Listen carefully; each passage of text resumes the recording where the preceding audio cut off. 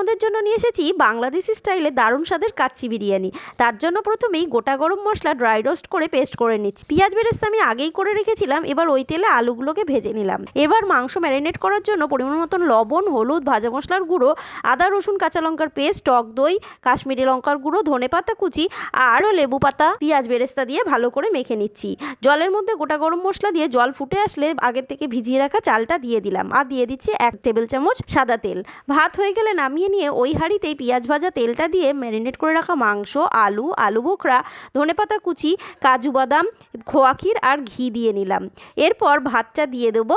ভাতটা দিয়ে ভাতের উপরেও পরিমাণ মতন লবণ, ধনেপাতা কুচি, পেঁয়াজ বেরেস্তা, ঘি, গরম মশলার গুঁড়ো, খোয়া ক্ষীর, কাজু বাদাম দিয়ে এবং দুধের সাথে গোলাপ জল, কেওড়া জল এবং মিঠা আতর মিশিয়ে দিয়ে দিয়েছি। প্রথমে 5 মিনিট হাই হিট এবং তারপরে লো ফ্লেমে ঘন্টা হিট দিয়ে নিয়ে তারপর গ্যাস বন্ধ করে আরও 10 মিনিট রেখে গরম গরম পরিবেশন করুন।